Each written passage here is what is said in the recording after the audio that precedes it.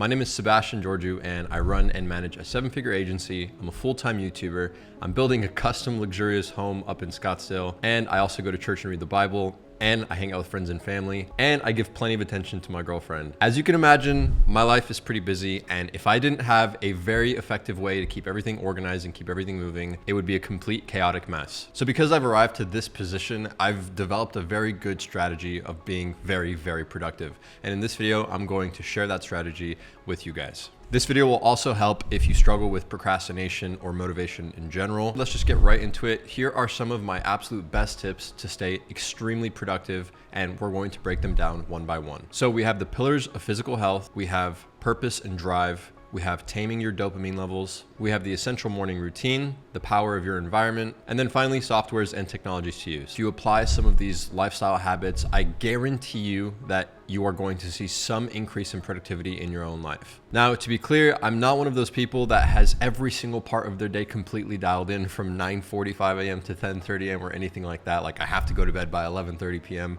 Like I'm not like that at all. Every single day for me is different, but the general foundation of every day is pretty much the same. So let's break down the pillars of health. And this is broken down into 3 subcategories. So you have sleep, which is the most important. You have food and diet, which is the second most important. And then you have the third, which is like exercising and avoiding substances that slow you down. So let's talk about sleep. Sleep is the fundamental building block to your health. If you do not get enough sleep and you're doing everything else right, eventually you're going to crash and burn. And so you need to figure out exactly how much sleep you need in your life. I think most humans need between 6 and 8 hours. And effectively, you need to sleep that much every single night. But more importantly, you need to sleep in a proper environment. So going to bed at relatively the same time, give or take a couple hours, is really important. Sleeping in a very dark room is very important. A room that is around 70 degrees temperature is preferable. And also, you want to stay away from food and water right before you go to bed. And then on top of that, you want to stay away from any artificial light the closer you get to bed. So as it gets later in the night, I actually light candles in my room, and I try to keep as many lights off as possible because candlelight doesn't keep you up the same way that artificial light does.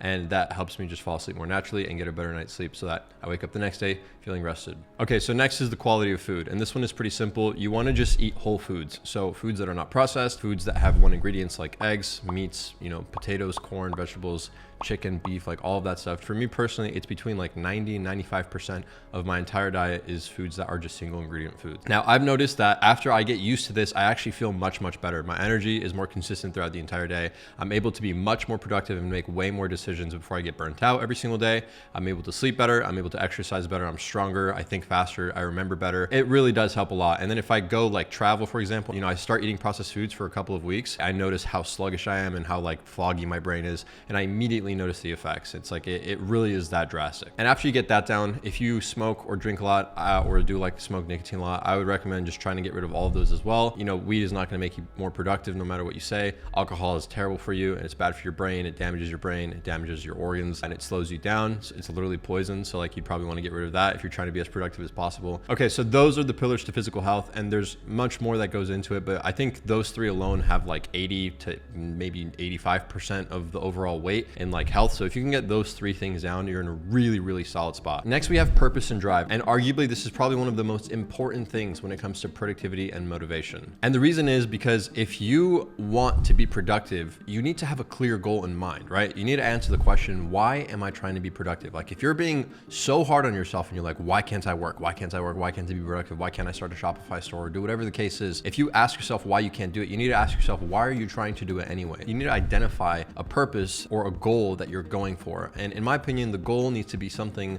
a little bit more than just like, I want to buy a Lamborghini. It needs to mean something to you. And the more that it means to you, the more drive and the more motivation you're going to have, and the more willing you are going to be to want to work. And believe it or not, a lot of people actually DM me and ask me, how do I get motivation? How do you stay motivated? Like I have no motivation and I'm broke. And I'm like, okay, well, what's your purpose? What's your goal? Well, I want to be wealthy. Okay, everyone wants to be wealthy, but like you need to have a clear idea of where you are going. If you don't know where you're going and you don't know where you're at, how can you possibly expect to get to that goal? Do you expect it to just happen randomly? Like you just like, I'm going to just walk around this forest and I'm randomly going to find like the oasis. Like, no, you need to know exactly where you're going if you want to get there before you die, right? So that's the point. For me personally, it's about my family. I'm getting older now and I want to have a family. I want to have a lot of kids. I want to reform the education system, and these things are going to cost a lot of money because I want to have a lot of kids. I want to have a few houses. I want to be able to go from house to house as I please. And so I know that I have big goals. I know where I want to go. I know exactly what my life should look like in the next 10 years and what I want to do. And it requires me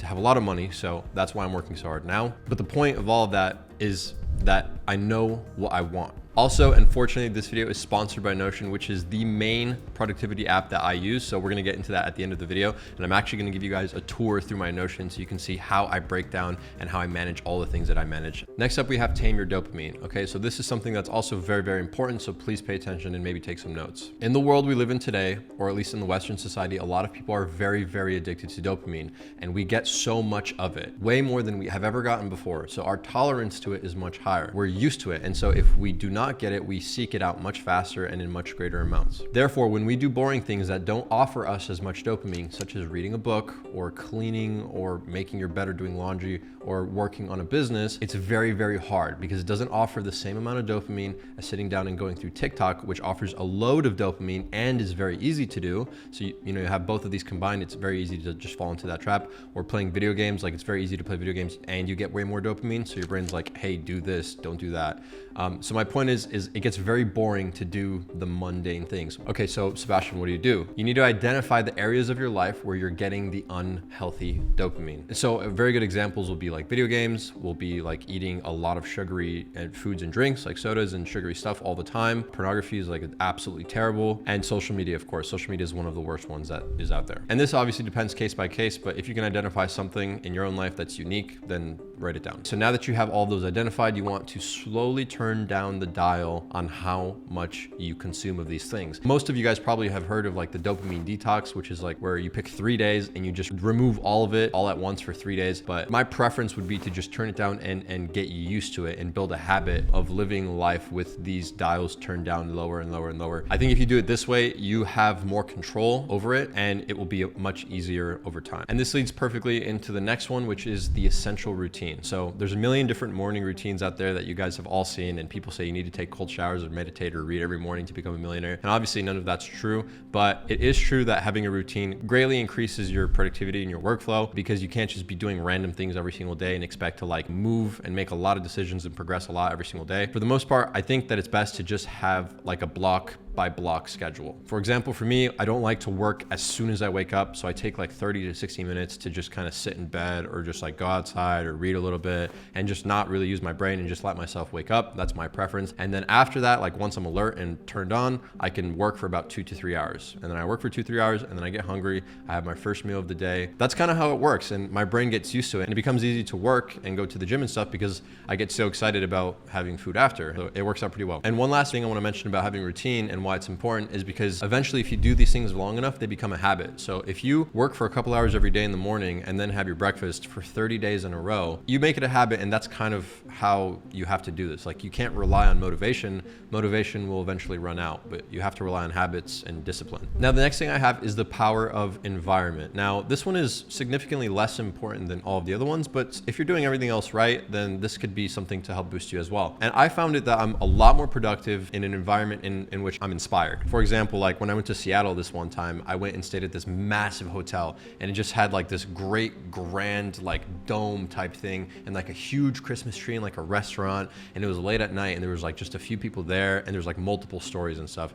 And I remember how grand it was, and there was just like chairs and tables in the center, and I would just get on my computer there and I was just able to be so productive because like I was just so inspired by the environment. I think if you could switch up your environment, that's really good. And a second side to this coin is you don't want to be around like negative people. You don't want to be around noise. For example, when I lived with my mom, she had a lot of people in the house and they were always talking and they were always asking me to do stuff, and I wasn't able to really like get in the zone, which I think is really important because if you get focused, you don't want to be distracted. So say you live with your parents and you're not able to like move out and have a really cool inspiration or travel or whatever, maybe just go to like a free place. Like a library is a great place I used to work at. Hotel lobbies are really, really good. Coffee shops are obviously free to go to and you can go to those. But just like any spot, like be creative. You can go to restaurants, you can go to a bunch of different spots. And I find it really helpful. So now I'm going to talk about the softwares and technology. Now, the first thing I want to mention is your phone. It would be best to keep your phone in a separate room if you're trying to get like 2 to 3 hours of work. And I think the best way to do it is to be like, okay, I'm going to work for an hour or 90 minutes. I'm going to keep my phone in this room on do not disturb so I don't get any notifications at all.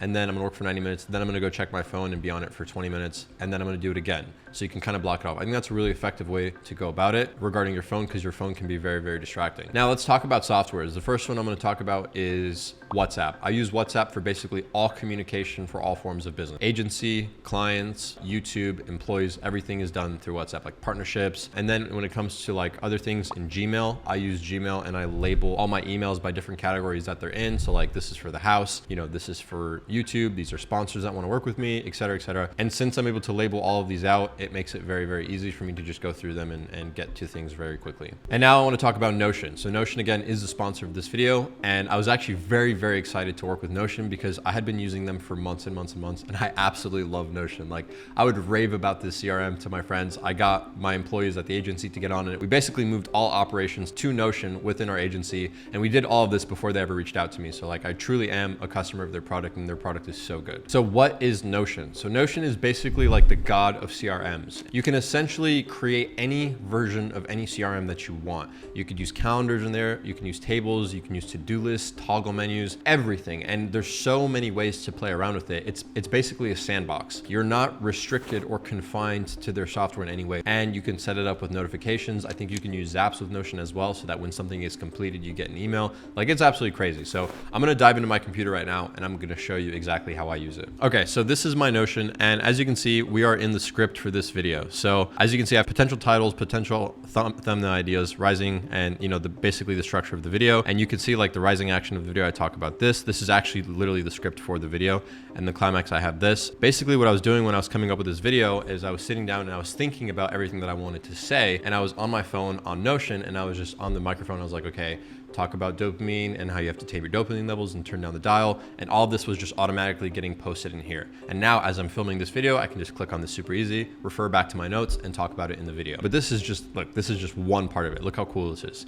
So if I go to video management, I have all of my videos here. And so for example, how I stay 98% productive every single day, that's the video that we are filming now. I can open this right here and this is a template. So there's plenty of templates that are available that Notion provides. You can download others, but this is my template right here. So for example, when I open this up, I can scroll down and you can see all of this comes with the template. So anytime I create a new block, for example, if I were to click this plus, I would create like a new column right here. But when I click on this, I have all of this stuff. So I have title ideas, keywords. I just do it all within the script to keep it in one place. But another thing that's cool is I have like the video style here, the status of the video. So it was an idea. We could just put pending filming because I'm currently filming it, film date, publish date, budget, sponsor, everything like that. And then I have like the thumbnails I want to use. I have video editing right here, along with links to the videos and how long it took to edit and if I paid for it or not. You know, I have split tests. I have a perfect script, which is just research. So I can go into this, and basically what this is, when I started taking YouTube more seriously,